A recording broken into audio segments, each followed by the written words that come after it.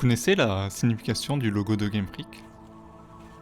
Apparemment, ça serait un G stylisé.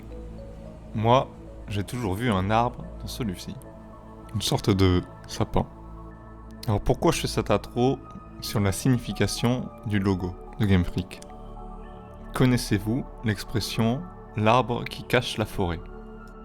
Elle désigne le fait qu'un élément peut cacher l'ensemble. Elle peut s'appliquer dans plusieurs contextes, mais je trouve qu'elle définit bien le monopole dont on va parler aujourd'hui, le monopole des jeux Pokémon. Avant toute chose, il serait bon de rappeler le genre de jeux que sont les jeux Pokémon. Ce sont des RPG. Mais contrairement aux RPG traditionnels, on ne combat pas nous-mêmes, mais on fait combattre des créatures, ici des Pokémon.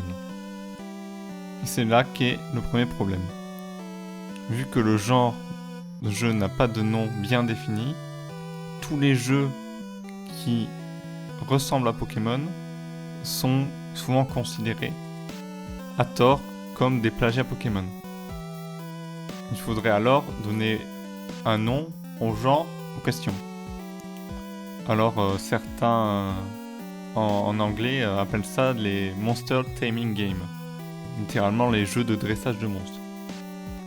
On pourrait l'appeler comme ça, mais dans cette vidéo, je vais utiliser le terme jeu de monstres pour que ça soit plus court. Alors il faut déjà rappeler quelque chose de très important, c'est que Pokémon n'a pas inventé ce genre.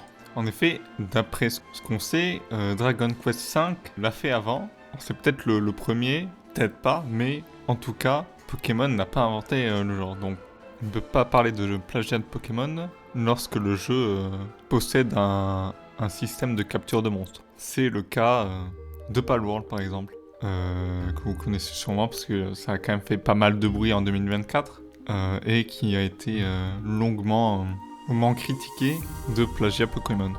Car même si certains designs de PAL ressemblent à des Pokémon, le système de combat est différent, le but est différent, on a quand même des jeux très très différents. On a un RPG classique comme Pokémon et un jeu de survie. Et le fait de capturer des monstres ont différentes valeurs dans Pokémon et dans Palworld.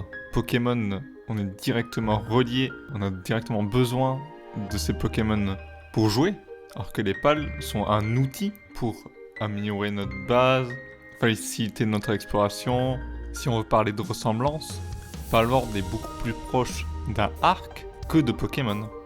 Mais si on veut parler de réel plagiat Pokémon, on peut vraiment plus se tourner vers Temtem, qui était annoncé depuis 2020 comme le contestant, l'opposant à Pokémon. Et on a vraiment la même formule. On a des monstres, du combat en tour par tour, une équipe de 6. Alors là, Pokémon c'est souvent du 1v1, là c'est du 2v2, mais le 2v2 existe déjà dans Pokémon, a été utilisé dans plusieurs jeux, et on a vraiment le système de capture à la Pokémon, le système de type à la Pokémon, le système d'attaque à la Pokémon. On a vraiment un clone très très proche de Pokémon. Après, qui dit plagiat ne dit pas forcément mauvais jeu. Temtem, de ce que j'ai vu, n'était pas un mauvais jeu. En plus, il y avait quelques features que Pokémon voudrait, enfin que les joueurs de Pokémon voudraient, et qui sont intéressantes. Mais c'est juste que là, je trouvais que Palworld s'en prenait un peu trop pour sa poire, alors que dans les faits, il n'y a pas de quoi crier au plagiat. Et en fait, c'est assez systématique. Dès qu'on a un jeu où on a une capture de monstres, la possibilité de capturer des monstres, on a directement ce parallèle à Pokémon. Et plus que ça, on traite carrément le jeu de Pokémon-like. Je pense que c'est assez insupportable en fait. Parce que c'est comme si on traitait tous les FPS de Call of Duty-like. Call of Duty est une bonne franchise en termes de FPS. Mais si on compare tous les jeux à Call of Duty, en tant que Call of Duty-like, on peut se demander l'intérêt des autres jeux, si ils sont pareils que Call of Duty. Vous voyez que ça peut poser un problème. C'est pour ça que c'est important de donner un nom au genre plus que juste un RPG. Si on dit que c'est un RPG avec des monstres, on n'a plus ce problème de Pokémon-like. Et c'est pour ça que si on reprend l'exemple des FPS, bah il y a des FPS comme Call of Duty, mais aussi on a des fast FPS, des tactical FPS. Voilà, on a tout un spectre de FPS, car on a vraiment des manières de jouer différentes. Et personne dirait que Call of Duty c'est pareil que Counter-Strike, qui est pareil que Quake, qui est pareil que Overwatch. C'est des genres de jeux qui sont des FPS, mais qui sont très différents. Bon, maintenant qu'on a parlé du genre, on va pouvoir parler des jeux. Des jeux qui font concurrence à Pokémon. Donc on en a plein. On en a déjà parlé d'un, Temtem. Car je ne considère pas que Palworld fait concurrence à Pokémon. Les deux sont des jeux de monstres, mais on voit clairement que ça ne vise pas du tout le même public. Bien qu'on peut apprécier les deux, bien qu'on peut haïr les deux, c'était vraiment des expériences très différentes. Là, je vais vous parler des jeux qui sont des RPG et qui font des combats de monstres. Donc là, c'est le moment de vous parler des 3 grands rivaux de Pokémon. Enfin, ce que je considère pouvoir rivaliser avec Pokémon. Donc là, il y a d'abord Digimon, donc rival éternel de Pokémon. Dragon Quest Monster, donc toute la série des Dragon Quest Monster. Et la série des Shin Megami Tensei. Alors ces 3 franchises-là, je pense qu'actuellement font des meilleurs jeux que Pokémon. Je vais m'expliquer sur ce point dès que je vous parlerai des jeux au cas par cas. Mais bon, même si j'ai dit que ces franchises sont rivales de Pokémon, eh bien si on regarde les chiffres, on voit très clairement que ce n'est pas vraiment le cas. Si par exemple on regarde les chiffres de Digimon Cyber Sleuth, c'est 1,5 million de ventes. Si on regarde Shin Megami Tensei 5, c'est 1,6 million de ventes. Si on regarde les chiffres du dernier Dragon Quest Monster, c'est 1 million de ventes. Si on regarde Pokémon Épée Bouclier, c'est 2 millions de ventes aux États-Unis sur les 2 jours suivant la sortie. Et 26,4 millions de ventes au total. Donc, en cumulant toutes les ventes des 3 jeux précédents, on n'arrive même pas au quart des ventes d'épée et bouclier. Alors que je considère que les 3 jeux sont bien meilleurs qu'épée et bouclier. Vous voyez la chose quand même. Bon, pourquoi un tel écart ? Parce qu'on n'achète pas un jeu au hasard. Alors regardons de plus près, par exemple, Digimon. Digimon, c'est un concurrent éternel de Pokémon. Et si on regarde le jeu que j'ai mentionné, Digimon Cyber Sleuth, si on regarde les 2 scénarios, le scénario de Pokémon n'est pas oublié, on a une team de méchants qui font pas grand chose, et le plot twist de la fin est vu à 10 km. Et n'a pas beaucoup d'impact, et c'est résolu en moins de 2 minutes. Alors que le scénario de Digimon est quand même un peu plus recherché. Alors je vais pas rentrer dans les détails pour ne pas spoil, mais même si, à mon avis, il n'est pas exceptionnel, il est beaucoup plus intéressant que celui de Pokémon. Mais de toute façon, le scénario dans ce genre de jeu est secondaire. C'est plus le gameplay et tout ce qui entoure le gameplay qui compte réellement dans ce genre de jeu. Par exemple, le système de combat, dans les 2 cas c'est du tour par tour, dans les 2 cas on choisit les actions de nos monstres, mais le déroulement est différent. Dans Pokémon, on est sur du 1v1, alors que sur Digimon, on est sur du 3v3. Donc ça change les dynamiques de combat, et on peut préférer l'un à l'autre, mais si on regarde tout ce qui est autour, tout ce qui dynamise le combat, c'est-à-dire les menus, les animations de combat, on a quand même 2 jeux d'une qualité très différente. Mais alors, qu'est-ce qu'il s'est passé pour que Pokémon vende beaucoup plus que ce Digimon-là ? Je pense qu'il faut prendre du recul et ne pas s'intéresser seulement au jeu. mais plutôt à tout ce qui entoure les jeux. En effet, si on prend Pokémon, on sait que on est à la 9e génération actuellement, et que donc, logiquement, il y a une grande histoire derrière Pokémon, qui s'est forgée au fil du temps. Ça fait depuis 98 qu'en Occident, Pokémon se forge sa franchise et répète une formule qui marche. On a des jeux canons, donc tous les jeux de Pokémon rouge et bleu, jusqu'à aujourd'hui Pokémon violet et écarlate. Et ce qui est très différent de Digimon. Digimon, on a plusieurs séries. Et en fait, on n'a pas de série canon. Parce que là où on peut identifier des séries canons et les différencier des spin-offs, donc par exemple Pokémon Donjon Mystère et Pokémon Ranger, on ne peut pas s'accorder pour Digimon à une série canon. Pour Digimon, on a 3 séries majeures, je pense. On a la série des Worlds, on a la série des Stories, on a la série des Rumble. Et ces 3 jeux, 3 séries, très différentes. Les Worlds, c'est de l'exploration, on va dire. Et on peut en mix entre exploration et les Tamagotchi, finalement. Rumble, c'est du versus fighting, on va dire. Et Stories, c'est des RPG beaucoup plus classiques. Et c'est plutôt celle-là que je considère la plus proche d'une série entre guillemets canon, parce qu'il y a plus d'opus et on a vraiment des ajouts au fil des jeux pour enrichir la série. Qu'il soit bon ou mauvais par ailleurs. Mais... Et le fait que l'on a une série canon pour Pokémon, mais que l'on ne l'a pas pour Digimon, joue sur les ventes. Car quand on achète un jeu Pokémon, on sait ce qu'on va avoir. On a une idée précise de ce que le produit nous apporte.